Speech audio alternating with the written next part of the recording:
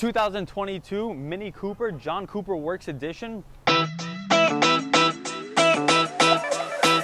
What he did today was a classic resonator delete.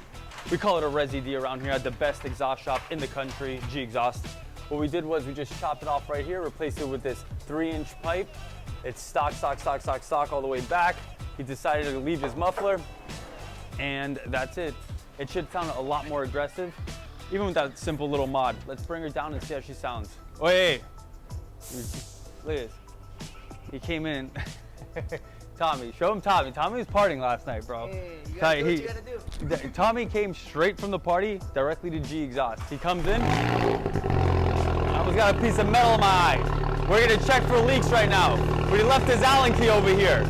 We have Berto checking for leaks. We're gonna bring it down and give you some revs.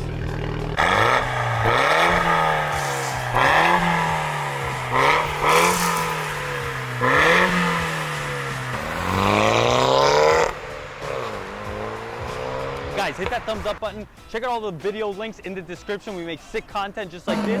This one is a little bit more educational. And also follow us on Instagram at G Exhaust.